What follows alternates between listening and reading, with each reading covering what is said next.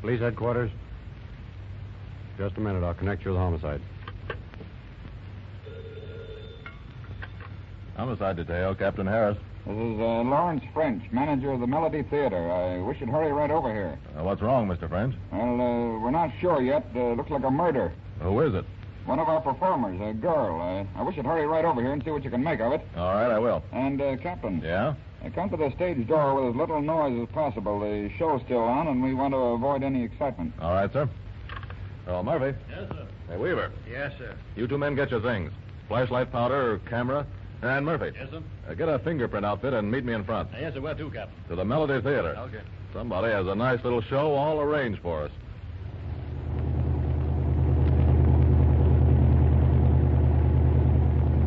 Yeah, try to cut in on this alley without attracting any attention, Weaver. All right, Captain.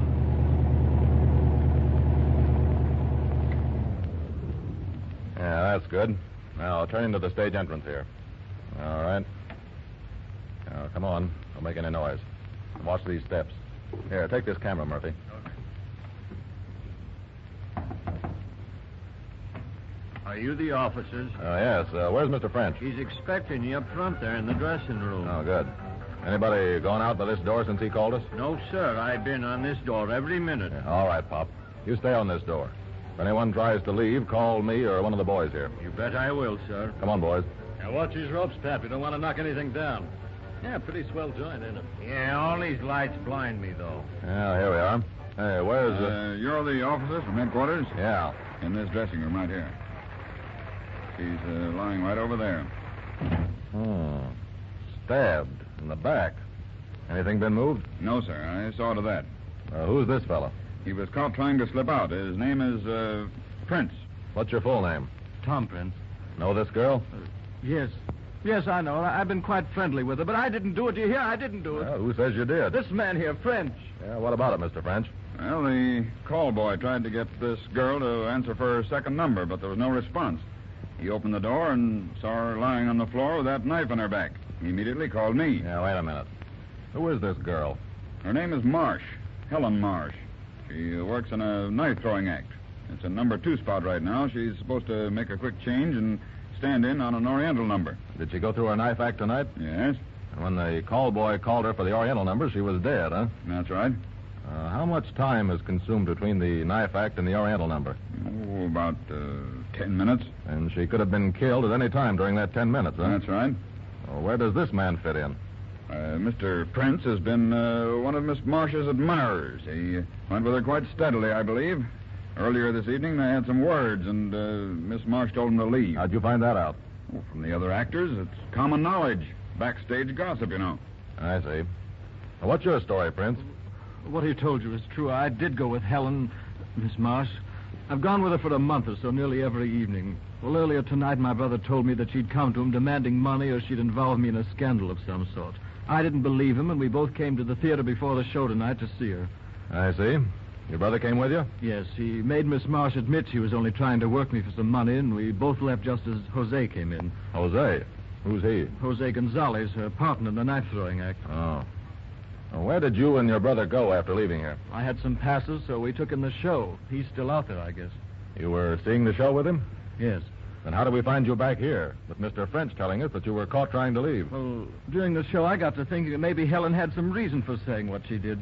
So I came back through an exit door to give her another chance to explain. I told my brother I was going out for a smoke. I see. And your brother is still sitting out in front? Yes, unless he got tired of waiting for me and left. Yeah, we'll find out about that. Well, what did you see when you came back here? Well, I knew Miss March was in a dressing room between acts, so I knocked on the door and walked in. Yeah, and then? Helen Marsh was lying just as you see her now, with that knife sticking out of her back. What did you do? I closed the door and tried to get back to the theater, but Mr. French caught me. Yes, the call boy had already notified me. I see. Well, Mr. French, there's only one thing to do. That is to empty the house, see if this man's brother is in the audience, and bring him back here. Also, I want to see this Jose Gonzalez. If I'm not mistaken, that knife that's sticking in her back looks very much like one he'd used. As you say, Captain, but can't you wait until later, say after the last show, to make your investigation? I'm sorry, but we'll do it my way. Dismiss the audience and see if this other Mr. Prince is in the theater, and tell all the performers to remain in their dressing rooms until I see them. As you wish. I'm sorry to have to do this, Mr. French, but murder is a serious matter. I understand. I'll inform the audience right after this number. All right. Don't frighten them. Just make some excuse, refund if necessary. That's up to you. I'll handle it. Yeah, get those pictures now, Weaver. Well, I'm sorry, buddy, but you'll have to stick around. Looks like you're in a spot. Well, I didn't do it, I tell you. I didn't do it. We'll see. Ladies and gentlemen, we are forced to ask your indulgence in view of a tragedy which has just happened backstage. The remainder of tonight's performance will be canceled.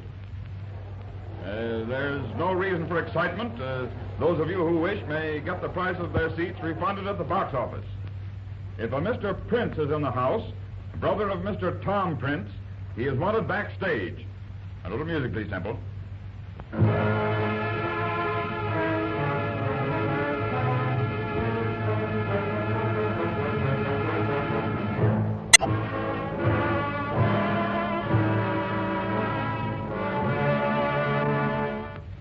You say you never saw this knife before? No, it is painted like the rest of my knives.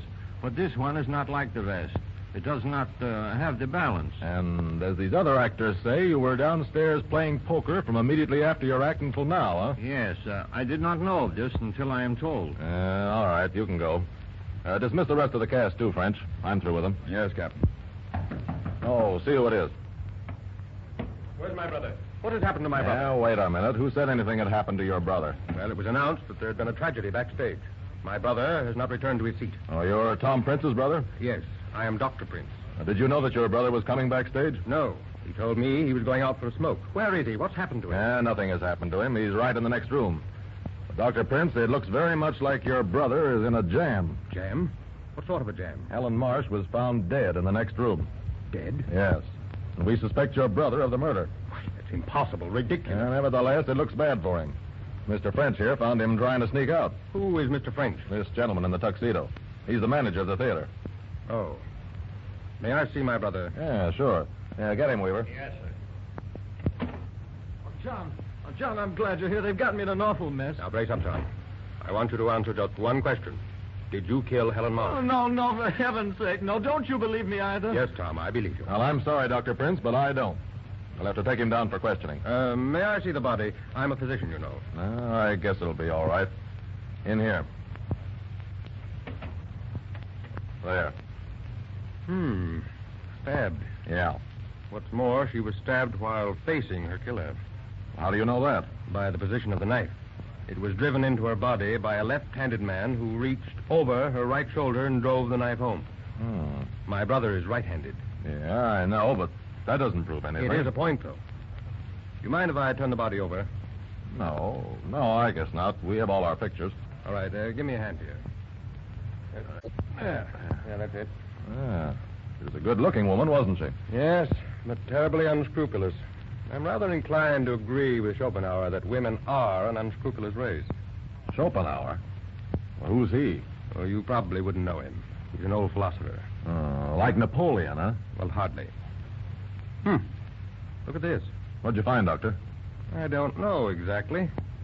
Look at this little round bruise in the center of her forehead, about the size of a pea. Birthmark, maybe. Not this. There's coagulation of blood here. It's a bruise. Oh, from what? Her fall? No. What caused it then? I'm just trying to decide. Now, let me see. Captain, how does this sound? Does it sound reasonable to you? When Helen Marsh started playing around with my brother with the obvious intention of getting all the money she could, she invoked the displeasure of someone else. Yeah, but... Now, that someone had spent a lot of money on this Marsh girl, done a lot for her. And when he found out that her game was making suckers out of men like my brother, he resented it even more than my brother did. Well, it's a cinch that whoever killed her must not have liked her very much. Now, granted. Now, this man finds out what sort of a woman she is, and he gets very angry. He plans to kill her and throw suspicion on Jose, the knife thrower, by using a gilded knife, like the one in the act. Well, maybe. Now, the killer sneaked back here and between acts entered the room. He embraced her with his left arm over her right shoulder, and with her face pressed firmly to his chest to suppress a scream, he drove the knife into her body and fled. Oh, sounds okay. The murderer left one little clue, Captain. Yeah, what was that? The small bruise on Helen Marsh's forehead. Captain, how tall is this Marsh girl? Oh, 5'1" or 2. Nearer 5 even, I'd say. And how tall is one of us men? Say, French over here. Oh, about 6 feet. Then Helen Marsh, standing up and facing one of us, would stand with the top of her head just under our chin? Yeah, but... Captain, that mark on Helen Marsh's forehead was made by just one thing. A stud. A tuxedo stud on the front of a man's shirt, such as French is wearing. And, Captain... What the... There, on French's shirt front are the marks of Helen Marsh's lips, where he pressed a rouged mouth close to his body to keep her from screaming. There's your murderer, the theater manager.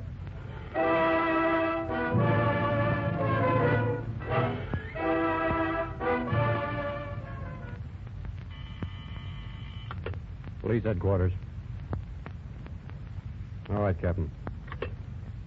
Hello, Tim. Send a car to the Melody Theater. The manager's just confessed to murder. Police headquarters.